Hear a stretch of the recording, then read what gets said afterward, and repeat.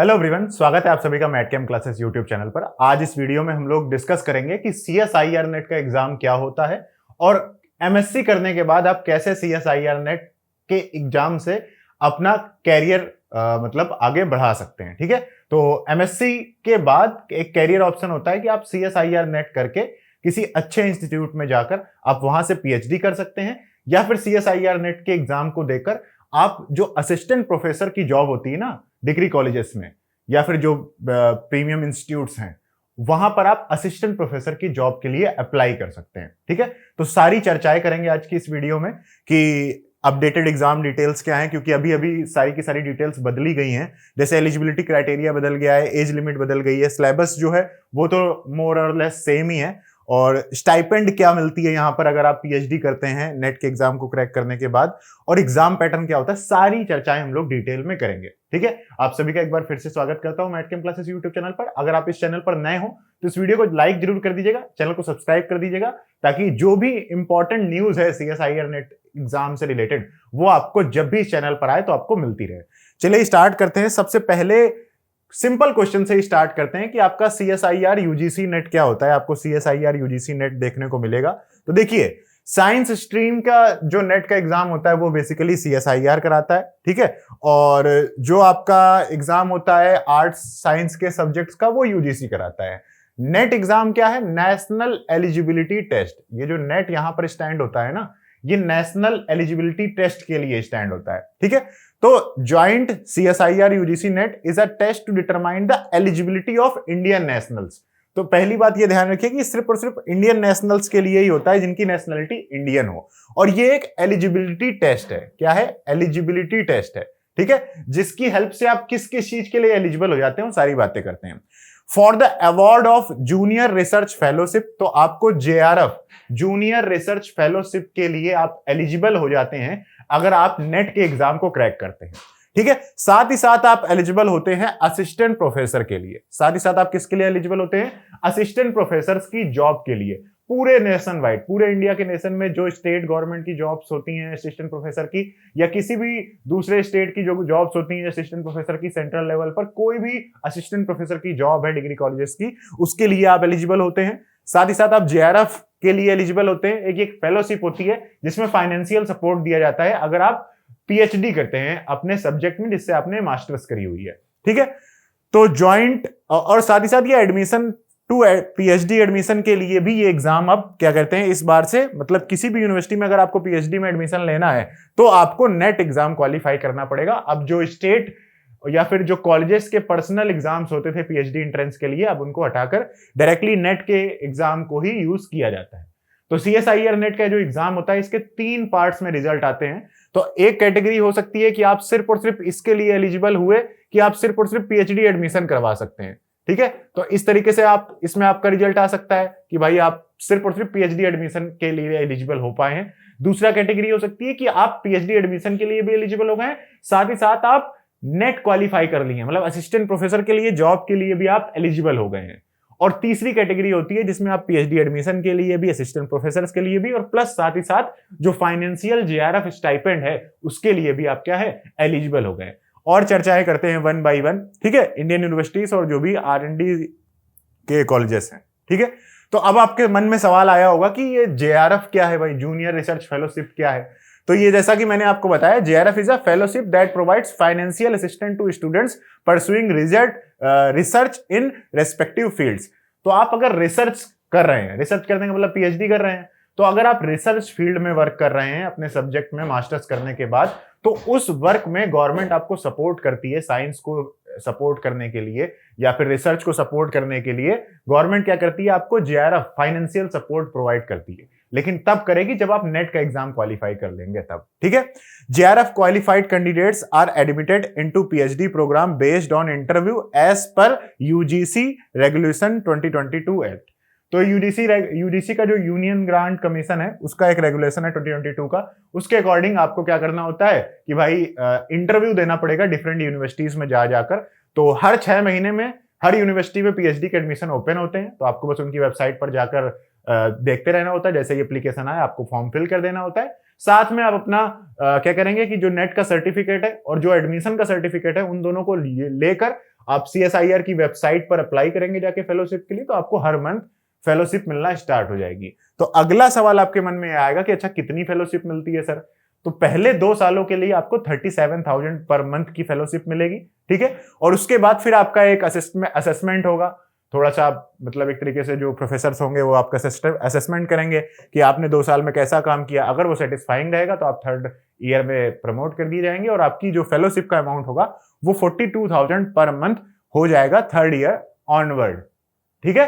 तो ये आपको एक तो हो गया पीएचडी में आपको ये फेलोशिप के लिए एलिजिबल होगा, और दूसरा मान लीजिए अभी कुछ दिनों में आपके स्टेट गवर्नमेंट में जितने भी कॉलेजेस हैं उनके लिए असिस्टेंट प्रोफेसर की जॉब के लिए एप्लीकेशन ओपन हुए, तो उसमें लिख के आएगा एलिजिबिलिटी क्राइटेरिया में एमएससी या फिर एमए अगर आप साइंस सब्जेक्ट से आर्ट सब्जेक्ट से हैं तो, प्लस साथ ही साथ you should be eligible, you should have qualified net exam, ठीक है। तो ये बहुत इंपॉर्टेंट हो जाता है। और साथ ही साथ आजकल जैसे अगर आप डिग्री कॉलेज में मान लीजिए आपने नेट क्वालिफाई कर रखा है और जॉब नहीं भी आई है, गवर्नमेंट जॉब नहीं भी आई है, तब भी जाकर आप अप्लाई कर सकते हो। वहां पर कॉन्ट्रैक्ट बेसिस पर भी टीचर रखे जाते हैं, ठीक है, वहां पर भी हैंडसम सैलरी मिलती है आपको, और उसके लिए भी आपको नेट क्वालिफाई तो होना ही चाहिए, ठीक है। तो ये आपका सिनेरियो होता है। तो एलिजिबिलिटी क्राइटेरिया क्या होगा? आप सबके मन में आएगा कि अच्छा ठीक है, चलो अच्छी बात है, मेरा एमएससी या मेरा एमए भी कंप्लीट हुआ है, अब मैं चलो नेट के लिए फॉर्म भरता हूं। या फिर आप एमएससी एमए करने जा रहे हो तो तब भी आप ये देख रहे होगे कि इसके बाद क्या कर सकते हैं, नेट कर सकते हैं। अच्छा, इस वीडियो को आपने आके देखा होगा तो अब आपको लगा होगा कि अच्छा एलिजिबिलिटी क्या होनी चाहिए, एमएससी एमए में कितने मार्क्स होने चाहिए। तो CSIR यूजीसी नेट की अगर बात करें, साइंस सब्जेक्ट की बात करें, तो आपके 55% मार्क्स होने चाहिए जनरल ईडब्ल्यूएस के कैंडिडेट्स के लिए या फिर अनरिजर्व कैंडिडेट्स के लिए। जनरल कैंडिडेट्स के लिए 55% मार्क्स होने चाहिए आपके मास्टर्स डिग्री में, या फिर आपने अगर मास्टर्स के इक्विवेलेंट कोई डिग्री कर रखी है तो उसमें भी आपके 55% मार्क्स होने चाहिए एग्रीगेट, ठीक है, 55.00 या फिर उससे ज्यादा ही होने चाहिए, ठीक है। और अगर आप मान लीजिए किस कैटेगरी से हैं, ओबीसी नॉन क्रीमी लेयर से हैं, ठीक है, एससी कैटेगरी से हैं, शेड्यूल्ड ट्राइब कैटेगरी से हैं, पीडब्ल्यूडी कैटेगरी से हैं या फिर 3rd जेंडर कैटेगरी से हैं, तो आपको मिनिमम 50% मार्क्स होने चाहिए आपके मास्टर्स डिग्री में, ठीक है। और अब इसके बाद सवाल ये आएगा कि अच्छा जिनकी एमएससी कंप्लीट हो गई है क्या वही लोग अप्लाई कर सकते हैं?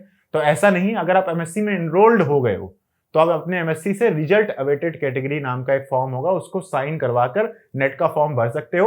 और जब भी आपका रिजल्ट आता है तो उसके 2 साल के अंदर आपकी मास्टर्स कंप्लीट हो जानी चाहिए विथ दीज एलिजिबिलिटी क्राइटेरिया, ठीक है। तो आपके इतने मार्क्स के अकॉर्डिंग ये हो जाना चाहिए। तो MSc enrolled students can apply, need to complete MSc within 2 years of result. और इसके अलावा अगर मान लीजिए आपने एमएससी इक्विवेलेंट कोई कोर्स कर रखा है जो कि 4 ईयर 8 सेमेस्टर का है, जैसे बैचलर्स डिग्री होती है ना 4 साल की, तो अगर आपने वो कर रखी है तो बैचलर्स डिग्री 4 ईयर की बैचलर्स डिग्री की हेल्प से अगर उसमें आपके 75% मार्क्स हैं तो आप किसके लिए अप्लाई कर सकते हो? जेआरएफ के लिए अप्लाई कर सकते हो डायरेक्टली। नेट के लिए आप एलिजिबल नहीं होगे अगर आपने 4 ईयर 8 सेमेस्टर बैचलर डिग्री कर रखी है, तो सिर्फ और सिर्फ आप जेआरएफ के लिए अप्लाई होगे, नेशनल एलिजिबिलिटी टेस्ट के लिए अप्लाई एलिजिबल नहीं होगे, उसके लिए मास्टर्स डिग्री ही चाहिए होगी, ठीक है। तो ये डाउट भी आपका क्लियर हो जाना चाहिए। अब आपके मन में आएगा कि अच्छा एज लिमिट क्या है, कब तक भर सकते हैं? कई लोग काफी सीनियर भी हो गए होंगे, ठीक है, वो लोग सोच रहे होंगे कि चलो नेट कर लेते हैं, ठीक है, और कई लोग बीएससी 12th के बाद भी प्लान करते हैं चीजों को। तो एज लिमिट का क्या सिनेरियो है कि जेआरएफ के लिए अप्लाई करने के लिए, जूनियर रिसर्च फेलोशिप आपको मिले, इसके लिए आपका जब भी एप्लीकेशन फॉर्म आएगा तो उसके जो डेट होंगी उसके अकॉर्डिंग आपकी 30 साल उम्र होनी चाहिए, ठीक है, जो लेटेस्ट अभी एलिजिबिलिटी क्राइटेरिया है। जून 2024 का एग्जाम जो है CSIR नेट का, उसके फॉर्म्स अभी ओपन हैं, तो उसमें जो एलिजिबिलिटी क्राइटेरिया मांगी जा रही, मई एंड तक ओपन रहेंगे। उसमें जो एलिजिबिलिटी क्राइटेरिया है वो 30 साल का है जेआरएफ के लिए। बाकी पीएचडी में एडमिशन के लिए और क्या कहते हैं वो असिस्टेंट प्रोफेसर के लिए, इन दोनों कैटेगरीज में कोई भी एज लिमिट नहीं है। किसी भी उम्र में आप अप्लाई करके आप एलिजिबल हो सकते हैं असिस्टेंट प्रोफेसर के लिए या फिर पीएचडी एनरोलमेंट के लिए। बस यही होगा कि 30 के ऊपर हो गए होगे तो पीएचडी एनरोलमेंट में आपको फिर स्टाइपेंड नहीं मिलेगी, ठीक है, आपका नेट क्वालिफाई हो तब भी, क्योंकि आपकी एज लिमिट क्रॉस कर चुकी है, आपको जेआरएफ मिलेगा ही नहीं, ठीक है। साथ ही साथ जो इसमें देखो एज रिलैक्सेशन है, किसको? वुमेन्स को, ठीक है, ओबीसी नॉन क्रीमी लेयर को, एससी एसटी पीडब्ल्यूडी कैंडिडेट्स को 5 इयर्स का रिलैक्सेशन है। इसका मतलब 35 ईयर उनके लिए एज लिमिट है, ठीक है। तो ये 35 ईयर हो जाएगी जेआरएफ की। बाकी एलएस के लिए और पीएचडी एडमिशन के लिए तो कोई कैटेगरी का ऐसा सीन ही नहीं है। तो अब बात करते हैं, अब आपको चलो ये सारी बातें आपको समझ में आ गई। अब आपको लग रहा होगा कि अच्छा एग्जाम क्या होता है, कैसा होता है, क्या क्या चीजें होती हैं। तो एग्जाम की अगर मैं बात करता हूं तो एग्जाम देखो 3 पार्ट्स में होता है, ठीक है।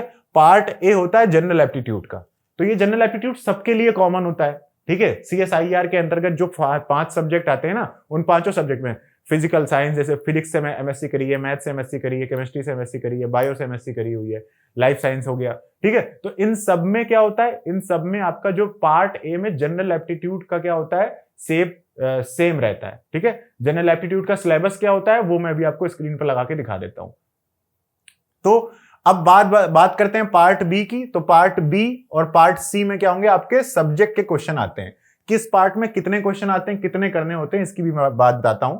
पेपर का जो टाइप होता है वो अभी तक तो इन जनरली एमसीक्यू टाइप का ही होता है, आपको क्वेश्चंस आएंगे उसमें से टिक करना होगा बस, ठीक है। और अभी जनरली क्या हो रहा है, कंप्यूटर बेस्ड एग्जाम हो रहा है, ठीक है। सीबीटी मोड में चल रहा है, जो आपका साइंस सब्जेक्ट के एग्जाम्स हो रहे हैं, और जो आर्ट सब्जेक्ट्स का है, जो यूजीसी नेट जिसे कहते हैं, वो इस बार ऑफलाइन कराया जा रहा है, ठीक है। तो वो ऑफलाइन हो रहा है और ये वाला ऑनलाइन हो रहा है, ठीक है, साइंस सब्जेक्ट वाला। तो अब एग्जाम पैटर्न की बात कर लेते हैं, हर सब्जेक्ट के अकॉर्डिंग देख लीजिए। केमिकल साइंस की अगर बात करी जाए तो इसमें पार्ट ए में क्या होता है, 20 क्वेश्चंस आते हैं, जिसमें से आपको मैक्सिमम 15 क्वेश्चंस अटेम्प्ट करने होते हैं, ठीक है। तो 30 मार्क्स एक तरीके से पार्ट ए में, ए पार्ट में 30 मार्क्स होते हैं, ठीक है, जिसमें से आपको सिर्फ और सिर्फ मतलब देखो ये हर क्वेश्चन जो होता है ना पार्ट ए का, वो 2 नंबर का होता है, करेक्ट होने पर 2 मार्क्स और इनकरेक्ट होने पर 0.5 मार्क्स, 1/4 नेगेटिव मार्किंग होती है। तो आपका 80 मार्क्स का होता है पार्ट 220 और 240 का 40 मार्क्स का होता है पार्ट ए, और जिसमें से आपको क्या करना होता है, 30 मार्क्स का ही अटेम्प्ट करना होता है, ठीक है। इसके बाद पार्ट बी की बात करते हैं। इसमें भी सारे क्वेश्चन 2 नंबर के होते हैं, नेगेटिव मार्किंग 0.5 की होती है, और 40 में से 35 क्वेश्चन अटेम्प्ट करने होते हैं। इसका मतलब है पार्ट बी जो होता है वो 80 मार्क्स का होता है, ठीक है, और इसमें से आपको 70 मार्क्स का ही अटेम्प्ट करना होता है। पार्ट सी की बात करें तो पार्ट सी में हर क्वेश्चन 4 नंबर का होता है, टोटल 60 क्वेश्चंस होते हैं, और उनमें से 25 क्वेश्चंस अटेम्प्ट करने होते हैं। तो 60 क्वेश्चंस अगर 4 मार्क्स के हैं, इसका मतलब है 240 मार्क्स का पार्ट सी होता है, जिसमें से आपको 100 मार्क्स ही अटेम्प्ट करने होते हैं। तो इस तरह से ये जो नेट का एग्जाम होता है केमिकल साइंस का, ये 200 मार्क्स में आपके मार्क्स आते हैं, ठीक है। और इन जनरल एलएस के लिए जो कट ऑफ होती है, एलएस के लिए जो कट ऑफ जेआरएफ के लिए जो जनरल कैटेगरी के लिए कट ऑफ होती है, वो 120 प्लस स्कोर जो होता है वो सेफ होता है, ठीक है। 120 प्लस स्कोर जो होता है वो क्या होता है, सेफ होता है, ठीक है। तो ये बात हो गई केमिकल साइंस की कि 120 मार्क्स क्वेश्चन टोटल क्वेश्चन होंगे, मैक्सिमम क्वेश्चन 75 अटेम्प्ट करने होंगे, और आपका 200 मार्क्स का एग्जाम होगा, और यहां से आप ऑल इंडिया रैंक 1 लेकर आएंगे, जैसे मैटकेम क्लासेस के ऑनलाइन कोर्सेज से सीएसआईआर नेट केमिकल साइंस में जेआरएफ ऑल इंडिया रैंक 1 आ चुकी है, ठीक है। 150 प्लस मार्क्स था उनका, ठीक है, 150 प्लस मार्क्स। इसके अलावा बात कर लेते हैं बाकी सब्जेक्ट की, जैसे अर्थ, एटमॉस्फेरिक, ओशियन या प्लेनेटरी साइंसेस के लिए पार्ट ए में 20 मार्क्स सेम है, पार्ट ए का सिनेरियो सेम है, पार्ट बी में अलग है थोड़ा। 50 में 35 अटेम्प्ट करने होते हैं, यहां 80 में 25 अटेम्प्ट करने होते हैं। तो यहां और भी ज्यादा क्वेश्चंस होते हैं, 150, जिनमें से 75 ही अटेम्प्ट करने होते हैं। तो देखो कितना ज्यादा चॉइस है। अगर तुम देखो केमिकल साइंस में देख लो, 120 360 मार्क्स का एग्जाम होता है, कितने का, 360 का। तो 360 मार्क्स में से आपको 120 मार्क्स ही लाने होते हैं जेआरएफ के लिए, और आप सिर्फ और सिर्फ असिस्टेंट प्रोफेसर के लिए एलिजिबल होना चाहते हो तो 360 मार्क्स में से 100 मार्क्स ही लाने होते हैं केमिकल साइंस में, ठीक है। इसके अलावा बात कर लेते हैं दूसरे सब्जेक्ट्स की, जैसे लाइफ साइंस की बात करेंगे तो पार्ट ए में 20, पार्ट ए सेम ही है, पार्ट बी इसका पिछली बार की तरीके ही है, 50 में 35 करने +2 और -0.5, 75 में 25, यहां और भी ज्यादा हो गए हैं, देखो यहां पे 80 थे, अच्छा यहां हो गए 75। तो 75 में 25 करने होते हैं, 120 वही +4 -1 सिनेरियो रहता है, 145 क्वेश्चंस में से 75 क्वेश्चंस अटेम्प्ट करने होते हैं, ठीक है। इसके बाद बात कर लेते हैं मैथ्स की, तो पार्ट ए सेम है, पार्ट बी 40 में आपके 25 हो जाएंगे, और यहां पर पार्ट सी जो रहेगा वो 60 में 20 ही करने होते हैं, ठीक है। और प्लस मार्किंग होती है 4.75 की, और निगेटिव मार्किंग है ही नहीं, देखो इनकरेक्ट होता ही नहीं है पार्ट सी में, ठीक है। तो मैथ में तो और भी आसान हो जाता है इसका मतलब क्रैक करना, ठीक है। ये बात हो गई, और कुछ एक सब्जेक्ट और रह गया था आई थिंक, नहीं है, चलो ठीक है। आई थिंक अभी फिजिकल साइंस रह गया है ना, तो फिजिकल साइंस की इमेज लगा देंगे। ठीक है, अब बात कर लेते हैं कि मीडियम ऑफ एग्जाम क्या होता है। मतलब हिंदी में होता है, इंग्लिश में होता है, सारी लोकल लैंग्वेजेस में भी होता है, तो सिर्फ दो लैंग्वेज में होता है, हिंदी एंड इंग्लिश। ठीक है, और आई थिंक हिंदी और इंग्लिश दोनों में ही क्वेश्चंस आएंगे आपके सामने, ठीक है, पेपर में। बाकी आप सेलेक्ट कर सकते हो मोड अपना एग्जाम में। नेक्स्ट बात करते हैं, इन जनरल एप्लीकेशन फीस क्या होती है भाई फॉर्म की। तो देखो, CSIR UGC नेट जून 2024 के लिए एप्लीकेशन फीस कुछ ऐसी है। जनरल कैटेगरी के लिए 1150 इंडियन नेशनल रुपीज में, और जनरल EWS हो या फिर OBC नॉन क्रीमी लेयर हो 600, और SC ST PWD third gender के लिए 325। ठीक है, तो ये इसमें वुमेन्स का अलग से नहीं है, वुमेन जिस कैटेगरी में जिस हिसाब से है उतनी ही उनकी फीस होगी। ठीक है, इसके बाद बात कर लेते हैं कि भाई सिलेबस की, कि सिलेबस क्या है। अच्छा, अब चलो सब कुछ पता चल गया, अब क्या सिलेबस है भाई, कैसे पढ़ाई कैसे स्टार्ट करी जाए। तो मैटकेम क्लासेस आपको CSIR नेट केमिकल साइंस की ऑनलाइन क्लासेस प्रोवाइड करता है, तो उसका ही मैं आपको सिलेबस बता देता हूं। बाकी आप CSIR UGC net physical science mathematical science कुछ भी लिख के साथ में सिलेबस लिखेंगे गूगल में, तो आपको मिल जाएगा सिलेबस ऑनलाइन। ठीक है, अगर बात करी जाए केमिस्ट्री की, अगर आपने MSc केमिस्ट्री से करी है या करने वाले हैं या कर रहे हैं, तो आपके पास जो MSc के टोटल सब्जेक्ट्स हैं ना, जितने आप पढ़ेंगे 2 सालों में, वही लगभग मोर और लेस वैसा ही आपका सिलेबस रहता है। इनऑर्गेनिक केमिस्ट्री में ये आपके 11 टॉपिक्स होते हैं, periodicity, bonding, acid base, main group, transition elements, inner transition elements, organometallic compound, bio inorganic, inorganic spectroscopy, analytical और न्यूक्लियर केमिस्ट्री। ये सब्जेक्ट्स होते हैं किसमें, इनऑर्गेनिक के। ठीक है, इसके बाद बात करते हैं अगर ऑर्गेनिक केमिस्ट्री की, तो आपके IUPAC हो गई, जो कि बहुत बेसिक सी आती है, और stereo, aromaticity, reactive intermediate, reaction mechanism, name reaction, reagent, heterocyclic, pericyclic, organic spectroscopy, bio organic chemistry, या जिसे बायोमोलिक्यूल्स भी लिखा हुआ देखेंगे आप कहीं कहीं, और ऑर्गेनिक सिंथेसिस और असिमेट्रिक सिंथेसिस वाला ये जो पार्ट है, ये आप रीजेंट और नेम रिएक्शन में ही पढ़ लेते हैं एक तरीके से, है ना। तो ये आपके 11-12 टॉपिक्स हैं ऑर्गेनिक केमिस्ट्री के। अगर बात करें फिजिकल केमिस्ट्री के कौन कौन से सब्जेक्ट्स आते हैं CSIR नेट केमिकल साइंस के एग्जाम में, तो आते कौन से हैं, ये आते हैं भाई आपके एटॉमिक स्ट्रक्चर और उससे रिलेटेड जो स्पेक्ट्रोस्कोपी होगी, टर्म सिंबल होगा, उसमें ट्रांजिशन होगा, वो सारी चीजें। Quantum chemistry, kinetics, electro solid group theory, molecular spectroscopy, chemical and statistical thermodynamics, surface polymer chemistry और डाटा एनालिसिस के कुछ सिंपल क्वेश्चंस होते हैं। तो ये आपके लगभग 30 ऐसे करके कितने हो गए, 12 और 11 हो गए 23, और 23 और 11 हो गए 34। तो वो 33-34 ऐसे ही टॉपिक्स होते हैं आपके टोटल। तो ये टोटल सिलेबस है किसका, CSIR नेट केमिकल साइंस का। अब अगर आप CSIR नेट केमिकल साइंस के या फिर MSc केमिस्ट्री के स्टूडेंट हैं, तो आप सोचेंगे अच्छा इसको पढ़ा कहां से जाए, तैयारी कहां से करी जाए। तो देखो, आपने जो अपनी MSc में पढ़ा है जितना, वो तो आपको रिवाइज करना ही करना है। साथ ही साथ आप क्या करें, प्रीवियस ईयर क्वेश्चंस देखें, और इतने जितने भी सब्जेक्ट्स हैं ना, इनको या तो आप बुक से पढ़ सकते हैं, क्योंकि ये 33-34 टॉपिक्स हैं। इनको अगर आप बुक से पढ़ने बैठेंगे, तो बुक से पढ़ने के लिए आपको कौन कौन सी बुक से पढ़ सकते हैं। इनऑर्गेनिक के लिए आप हुई, हाउसक्राफ्ट, मिसलर एंड टार को रेफर कर सकते हैं। ऑर्गेनिक के लिए क्लेडन और कैरोथर्स को रेफर कर सकते हैं। फिजिकल के लिए आप KL कपूर और रीड एंड एंगल को रेफर कर सकते हैं। ये बहुत ही बढ़िया मस्त बुक्स हैं, इनसे आप देखेंगे तो सब कुछ आपका लगभग कवर हो जाएगा। लेकिन बात क्या है कि भाई इतनी बुक्स से ये 33 टॉपिक्स पढ़ने बैठोगे, एक टॉपिक को मान लो, एक टॉपिक को 1 महीना भी लगेगा, ठीक है, बहुत ज्यादा 20-20, 15-15 दिन लगेंगे, तो आपको 1 से 2 साल लग सकते हैं बुक से सिलेबस को कवर करने में। जैसा कि आपको पता नहीं है तो मैं बता देता हूँ, मैंने MSc करी हुई है IIT गुवाहाटी से, तो हम लोग के वहां पर जो बैचमेट्स थे, वहां पर कई बंगाल के दोस्त थे हमारे, तो उन लोगों में से कई लोग क्या करते थे, मतलब तैयारी करते थे बुक से। तो कईयों को मैंने मतलब 2-3 साल नेट की तैयारी करते देखा है बुक से।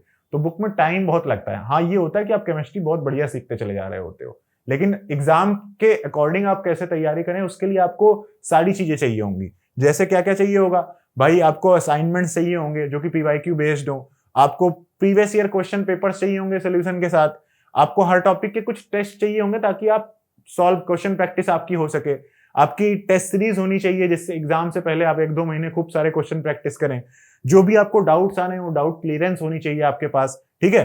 तो इन्हीं सारी चीजों को ध्यान रखते हुए मैटकेम क्लासेस अपना ऑनलाइन कोर्स प्रोवाइड करती है, ठीक है। तो इस ऑनलाइन कोर्स ये किसके लिए, CSIR नेट केमिकल साइंस के लिए। और इस ऑनलाइन कोर्स को ज्वाइन करके ये कुछ टॉपर्स हैं मैटकेम क्लासेस के।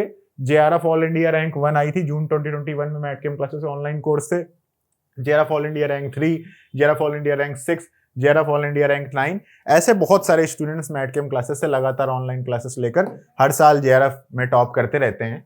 तो उसी के लिए अभी आपके लिए इंफॉर्मेशन ये है कि अगर आप बुक से नहीं पढ़ना चाहते हैं तो आपके लिए एक बहुत ही वेल ऑर्गेनाइज्ड कोर्स है जी, ठीक है, जिसमें हम देखो मैटकेम ऑनलाइन कोर्स है जिसमें आपको क्या मिलेगा, पूरे केमिस्ट्री सिलेबस के जितने भी टॉपिक्स थे सबके डिटेल्ड लेक्चर्स होंगे, हर टॉपिक के पीवाईक्यू ट्रेंड के अकॉर्डिंग असाइनमेंट्स होंगे और असाइनमेंट्स का वीडियो सोल्यूशन होगा। और ये सारा का सारा जो कोर्स है ना, ये बिल्कुल लेटेस्ट है, 2024 में अभी हम लोग आपके लिए तैयार कर रहे हैं। और साथ ही साथ हर टॉपिक वाइज पीवाईक्यू बैंक मिलेगी। जैसे अगर आपका मान लीजिए क्वांटम केमिस्ट्री है तो क्वांटम केमिस्ट्री में जून 2011 से लेकर अभी जो लेटेस्ट एग्जाम हुआ है, अब तक जितनी बार नेट का एग्जाम हुआ है उस सब्जेक्ट से जितने भी क्वेश्चंस आए हैं वो सब आपको एक ही फाइल में सोल्यूशन के साथ, पीडीएफ सोल्यूशन के साथ और साथ ही साथ वीडियो सोल्यूशन के साथ आपको प्रोवाइड किए जाएंगे। तो वीडियो सोल्यूशन को देख देख के अगर आप वीडियोस ना भी देखो ना मेन सिलेबस की, और हर सब्जेक्ट की टेस्ट की वीडियो सोल्यूशन, पीवाईक्यू बैंक की वीडियो सोल्यूशन और टेस्ट सीरीज का वीडियो सोल्यूशन भी देख लोगे ना, तो आपको क्वेश्चन करना तो आ ही जाएगा, तो आपका जेआरएफ तो हो ही जाएगा, बढ़िया रैंक भी आएगी आपकी। ठीक है, तो टेस्ट सीरीज का भी वीडियो सोल्यूशन है, टॉपिक वाइज पीवाईक्यू बैंक का भी वीडियो सोल्यूशन है, डेली डाउट्स भी आपके क्लियर किए जाते हैं, ऑनलाइन डाउट ग्रुप में ऐड किया जाएगा जिसमें मैं होऊंगा, पवन सर होंगे, तेज सर होंगे, हम तीनों लोग एमएससी केमिस्ट्री आईआईटी गुवाहाटी से ही पास आउट हैं। ठीक है, और डेली आपके डाउट सेशंस होंगे। ठीक है, वीकेंड में लाइव क्लासेस भी होंगी जो हम लोग ही लेंगे। ठीक है, हम लोग आपस में इंटरेक्ट करेंगे लाइव क्लासेस में। और ऑल इंडिया टेस्ट सीरीज होगी जो कि सीएसआईआर नेट एग्जाम पैटर्न की होगी, जैसा भी पैटर्न दिखाया ना कि 20 होंगे, 15 करने होंगे, 40 होंगे, 35 करने होंगे, 60 होंगे, 25 करने होंगे, सेम उसी तरीके से टेस्ट सीरीज भी कराई जाएगी। एक मेंटर भी आपको दिया जाएगा जो आपसे लगातार कांटेक्ट में रहेगा पूरी तैयारी के दौरान। ठीक है, रिवॉर्ड्स भी मिलेंगे अप टू 1 लाख के, और फ्री डेमो क्लासेस भी अवेलेबल होती हैं ऑनलाइन कोर्स की। तो रिवॉर्ड की बात कर देता हूं पहले मैं। तो अगर आप मान लीजिए आप मैटकेम क्लासेस से ऑनलाइन कोर्स लेते हैं सीएसआईआर नेट केमिकल साइंस का, तो अगर आपकी जेआरएफ टॉप 3 में आती है तो आपको 1 लाख रुपए का रिवॉर्ड देती है मैटकेम क्लासेस। 50,000 का रिवॉर्ड देती है अगर आपकी रैंक 4-5 आती है जेआरएफ में, और जेआरएफ में 6 से 10 रैंक आने पर आपकी जेआरएफ में आपको 25,000 रुपीज का रिवॉर्ड दिया जाता है। और 11 से 20 तक अगर आपकी जेआरएफ रैंक आती है तो आपकी जितनी भी आप फीस सबमिट अभी करोगे ना वो डबल रिफंड कर दी जाएगी आपको। और अगर आपका जेआरएफ हो किसी भी रैंक में उससे ऊपर तो आपकी फुल फी रिफंड कर दी जाएगी। और अगर आपका एलएस होता है तो एलएस के केस में आपको बढ़िया बढ़िया गिफ्ट हैम्पर्स मैटकेम क्लासेस की तरफ से दिए जाएंगे। अब अभी इस समय मैं आपको बता देता हूं कि 20 मई 2024 से, ठीक है, मैटकेम क्लासेस एक नया बैच लॉन्च कर रही है सीएसआईआर नेट केमिकल साइंस दिसंबर 2024 के एग्जाम को ध्यान में रखते हुए। इस ऑनलाइन कोर्स में, ये बिल्कुल ब्रांड न्यू कोर्स है मैटकेम क्लासेस का, इस बैच का नाम B2 बैच है। जो मैंने अभी डिटेल्स बताई वो सारी चीजें इसमें प्रोवाइड करी जाएंगी। इसमें मैं आपको, ये हो गए तेज सर के लेक्चर्स, आप इसी चैनल पर जाकर देख सकते हैं अगर अभी तक आपने नहीं देखे हैं। पवन सर के देख सकते हैं इसी चैनल पर अगर आपने अभी तक नहीं देखे हुए हैं। ठीक है, तो हम तीनों लोग बैचमेट ही हैं एमएससी केमिस्ट्री 2018 बैच से, तो हम तीनों लोग ही आपको पूरा सिलेबस पढ़ाएंगे, इनऑर्गेनिक, ऑर्गेनिक, फिजिकल, जितने भी वीडियो असाइनमेंट सोल्यूशन, जितनी भी चीजें मैंने आपको बताई हुई हैं। इस पर समर सेल चल रही है अभी, तो वैसे आज ही खत्म होने वाली है 16 मई को। इसकी फीस 15,997 है, लेकिन अभी 6,997 रहेगी। अगर आप वीडियो बाद में भी देख रहे हैं तो एक बार ऐप डाउनलोड करके चेक जरूर कर लीजिएगा कि सेल चल रही है, बंद हो गई है या क्या सिनेरियो है। तो ये समर सेल है, मैं रिकमेंड करूंगा आज इसको ज्वाइन कर लीजिए। 20 मई से ये बैच स्टार्ट होने वाला है। ठीक है, 20 मई से ये बैच स्टार्ट होगा। ठीक, ये आपको मैंने बता ही दिया, टॉपर्स मैंने आपको बता ही दिया कैसे ज्वाइन करेंगे। मैटकेम क्लासेस ऐप का लिंक डिस्क्रिप्शन में है, हेल्प डेस्क के नंबर ये लिखे हुए हैं, सारी डिटेल मैंने आपको बता दी है। सीएसआईआर नेट का एग्जाम क्या होता है, क्या क्या सारी डिटेल थी, सारी हम लोगों ने इस वीडियो में डिस्कस कर ली है। अब जैसे कुछ सवाल आपके मन में हो सकते हैं, जो लोग अभी तक देख रहे हैं उनके लिए मैं बता देता हूं, जैसे कि स्ट्रेटजी क्या होनी चाहिए। ठीक है, जून 2024 की स्ट्रेटजी क्या होनी चाहिए, कैसे तैयार करना चाहिए, क्या बातें ध्यान रखनी चाहिए। ठीक है, कौन से इंपॉर्टेंट टॉपिक्स हैं, ठीक है, इंपॉर्टेंट, मोस्ट इंपॉर्टेंट टॉपिक्स कौन से हैं। सीएसआईआर नेट के एग्जाम में तो 10 ऐसे टॉपिक्स हैं ना जिनसे एग्जाम में, जो मैंने 360 मार्क्स टोटल दिखाए ना, तो वहां से 150 प्लस मार्क्स आते हैं सिर्फ और सिर्फ 10 टॉपिक्स से। तो ऐसे बहुत ही इंपॉर्टेंट वीडियोस, या फिर जनरल एप्टीट्यूड की वीडियो हो गई कि जनरल एप्टीट्यूड पढ़ने के लिए कहां से वीडियो पढ़ेंगे।